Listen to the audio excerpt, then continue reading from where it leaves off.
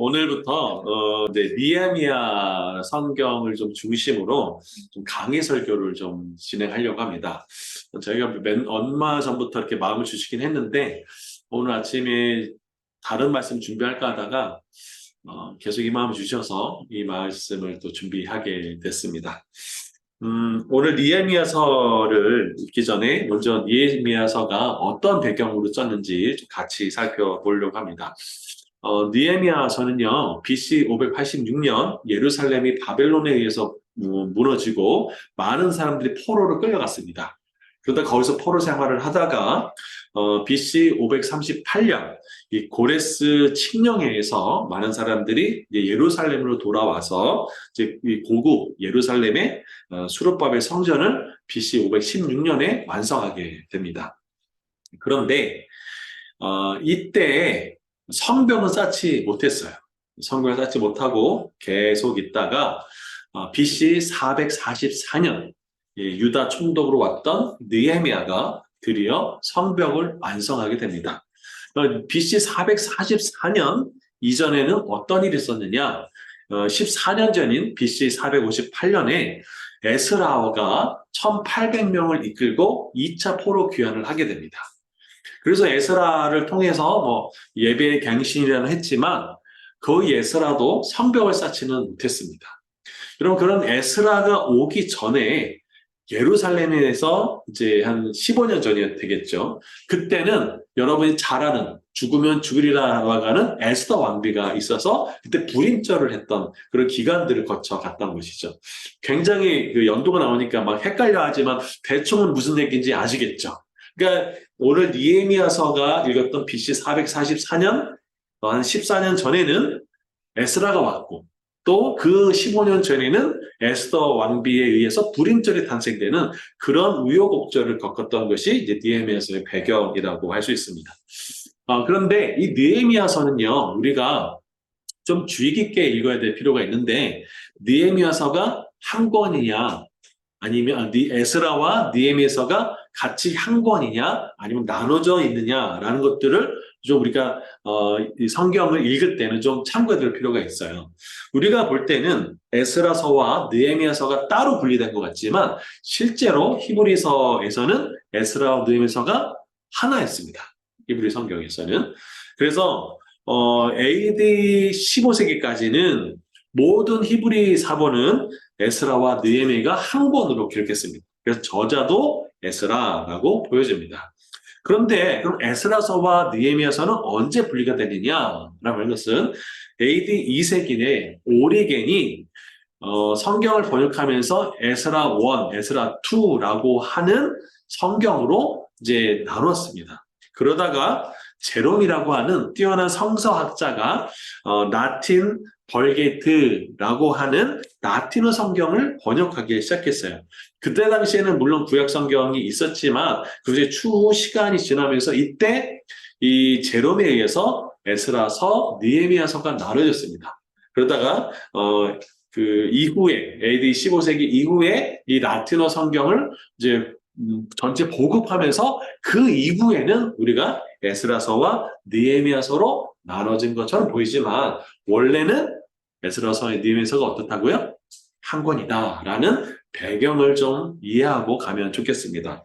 그래서 우리가 1장 1절을 보면 하갈의 아들 느헤미야 말이니라 아닥삭스다 왕 제20년 기스리오리라고 시작하죠. 근데 거기에 아닥삭스다 왕은 사실은 원문에는 없어요. 네, 없는 거예요. 그러니까 없는데 그러면 보세요. 하갈의 아들 느헤미야 말이라 제20년 기스리올 이렇게 시작하는 성경은 사실은 없거든요.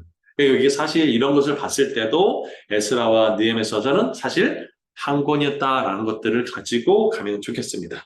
그럼 오늘 에스라서 1장 1절부터 5절을 좀 읽고 같이 본문을 강의해 보도록 하겠습니다. 우리 1장 1절 느헤미야만 이거. 죄송합니다. 느헤미야서 1장 1절부터 5절입니다. 제가 먼저 읽고 여러분이 교독하겠습니다. 하갈의 아들 느헤미야의 말이라 아닥삭스다 왕 제20년 기스리올에 내가 수상궁에 있는데 내 형제들 가운데 하나님 하나님과 누워 사람과 함께 유다에서 내게 이르렀기로 내가 그 사로잡힘을 면하고 남에 있는 유다와 예루살렘 사람들의 형편을 물은즉 그들이 내게 이르되 사로잡힘을 면하고 남아있는 자들이 그 지방 거기에서 큰 환난을 당하고 능욕을 받으며 예루살렘 성은 허물어지고 성문들은 불탔다 하는지라. 내가 이 말을 듣고 앉아서 울고 일주일 동안 슬퍼하며 하나님 앞에 금식하며 기도하며 다 같이 읽겠습니다. 이르되 하늘의 하나님 여호와 크고 두려우신 하나님이여 주를 찬양하고 주의 계명을 지키는 자에게는 언약을 지키시며 공경을 베푸시는 주여 강구하나이다. 아멘. 여러분 에스라 1장 1절에는 하갈의 아들 느헤미야로 이제 소개를 하고 있죠. 여기서 하갈야 느헤미야 아버지의 이름의 뜻은 하나님께서 막으셨다라는 뜻입니다. 여러분 그런데 느헤미야의 뜻은 하나님께서 위로해 주신다라는 것을 가지고 있어요. 여러분 우리 아까 설명을 드렸다시피 14년 전 BC 느헤미야가 오기 전에 14년 전엔 에스라가 왔고 신앙 갱생 운동을 했지만 여전히 성벽은 짓지 못했던 상황이었던 거죠. 그러니까 아버지의 시대에는 하나님이 막으셨어요. 다시 말하면 고통을 당했던 시대이지만 느헤미야 시대에서는 그 고통이 끝난다라는 것을 이야기합니다. 굉장히 사실 의미가 있죠. 여러분 삶에서도 아버지 때에는 어떤 그런 고통들이 또 이 자녀 시대에는 그 고통이 끝나고 위로하는 그런 은혜가 있기를 축복합니다. 느헤미야에 대해서는 사실 자세히 나와 있지는 않아요. 하지만 아마도 느헤미야는 바벨론 땅에서 고위 관직에 있었을 것이고 그리고 아마도 바벨론 땅에서 태어나서 아마 2세, 3세 요즘 말하면 교포일 가능성이 상당히 높아 보입니다. 여러분 1장 1절에 아닥사스다 왕 제 20년이라고 되어 있죠. 여기에 기스리월이라고 하는 단어, 요거는 좀 되게 생소하잖아요. 그렇죠? 이것은 유대력을 이야기합니다. 유대력의 기스리월. 그것을 우리가 요즘 쓰고 있는 태양력으로 바꾸면 11월 중순에서 12월 중순 정도 되는 때입니다. 그럼 그때에 느헤미야가 어디 있었냐면 내가 수상궁에 있는데 라고 되어 있죠. 그럼 이 수상궁이 어떤 곳이냐면 그 페르시아 왕들이 그 겨울 때 쓰는 별장이었어요. 그런 데가 바로 이 수상궁이었던 거죠. 여러분 당시에 이 느헤미야가 왕의 머무는 별장에 있을 정도면 나름 상당히 출세한 교포였고 상당한 부와 권력을 지닌 느헤미야라는 인물이라는 것들을 알 수 있다는 거죠. 그렇죠? 여러분 그런 사람이었죠. 여러분 그런데 이런 교포 느헤미야가 어떻게 이 놀라운 그 성벽을 재건하는 며칠 만에 성벽을 예루살렘에 재건했을까요?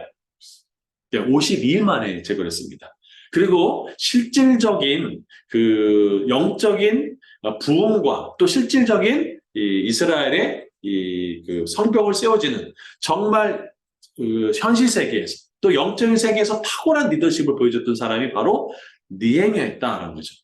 그러면 그 느헤미야의 그 리더십의 출발은 어디냐?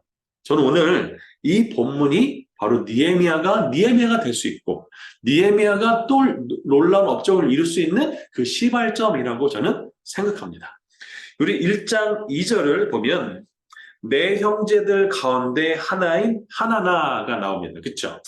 자, 내 형제들 가운데 하나나 다시 말하면 그 느헤미야의 동생을 얘기하는 거죠. 친동생이죠. 바로 그 사람이 누구냐면 하나나라는 사람입니다. 여러분 이 하나나가 2절에 보면 두어 사람과 함께 유다에서 내게로 이르렀기로 합니다. 그러니까 유다 예루살렘에서 이 수상궁까지 약 1000km 정도가 되거든요.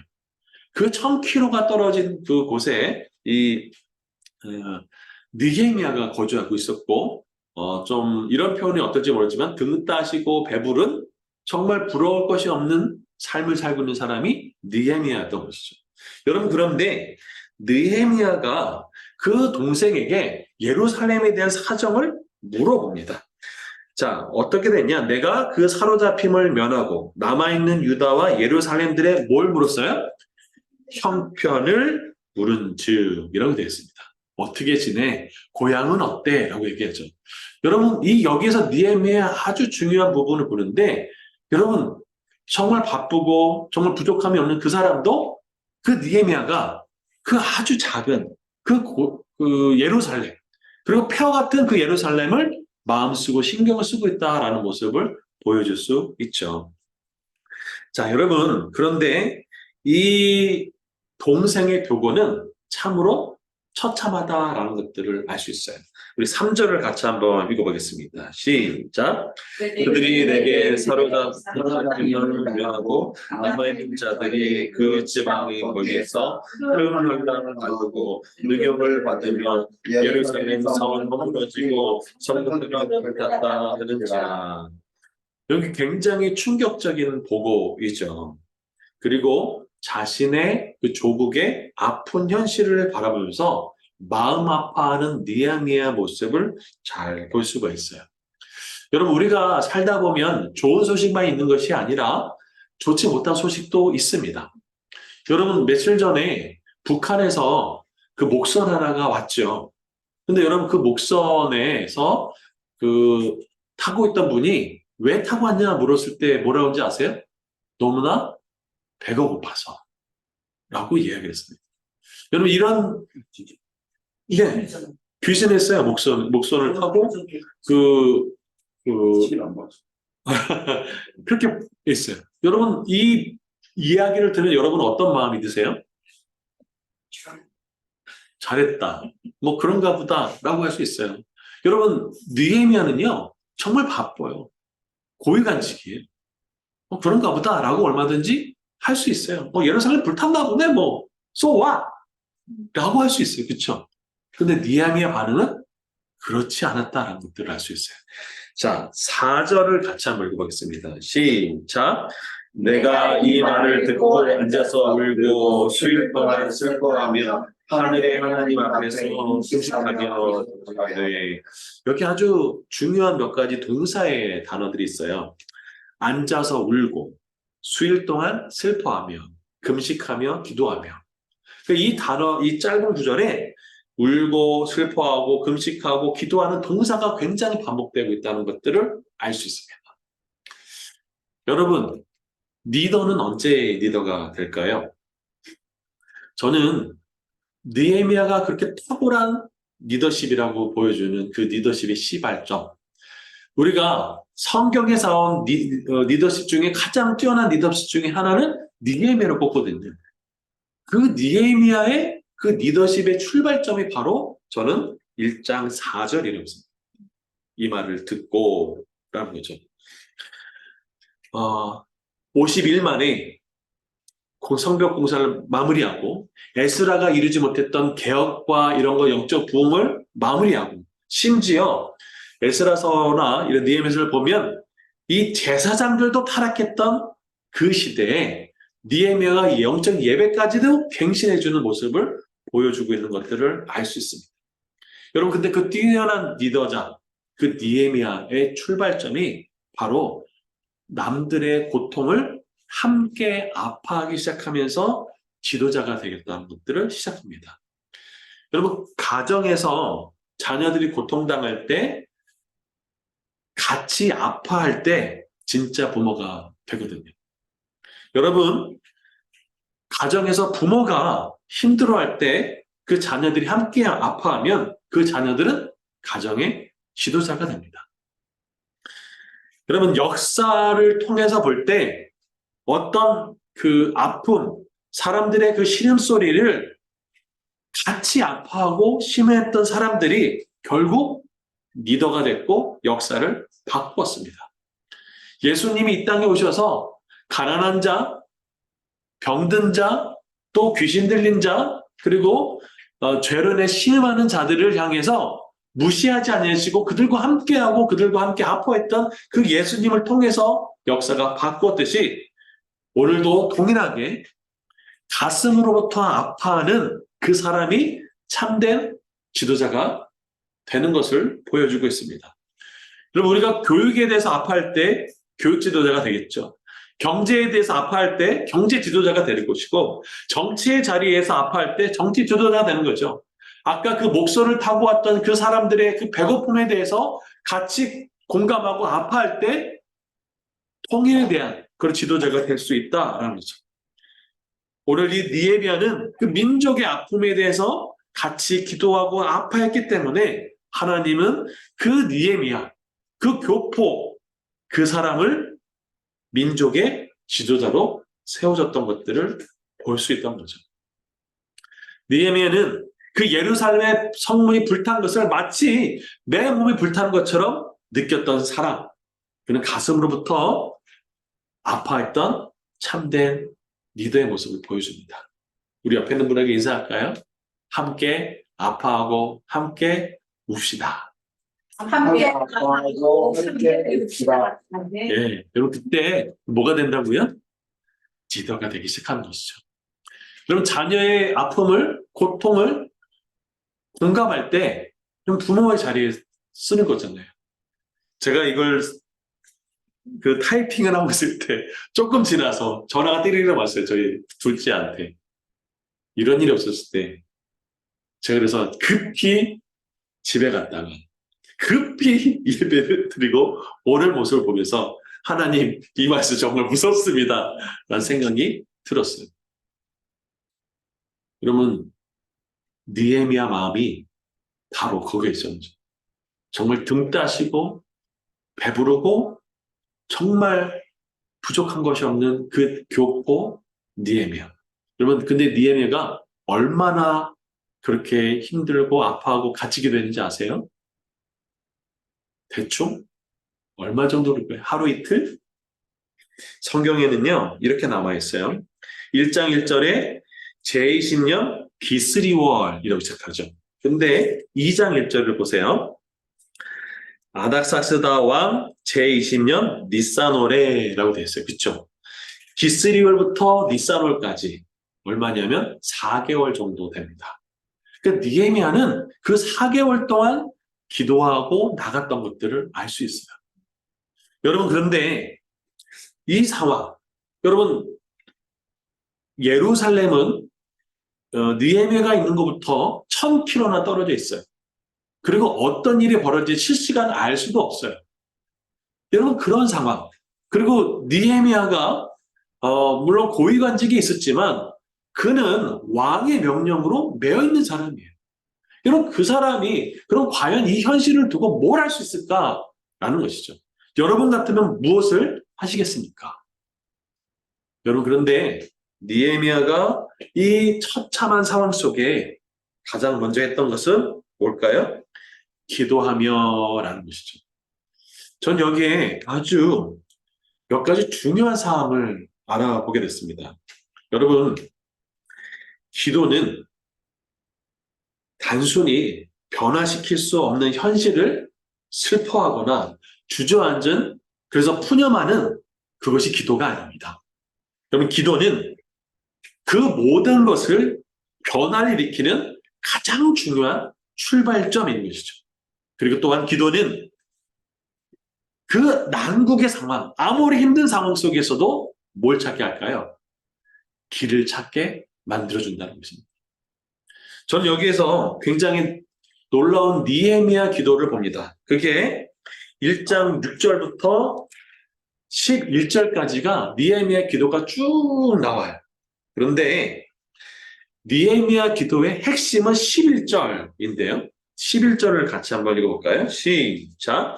주여 구하오라니 귀를 기울이사 종의 기도와 주의 이름을 경외하는 이를 기뻐하는 종들의 기도를 들으시고 오늘 종이 형통하여 이 사람들 앞에서 은혜를 입게 하옵소서 하였더니 라는 거예요.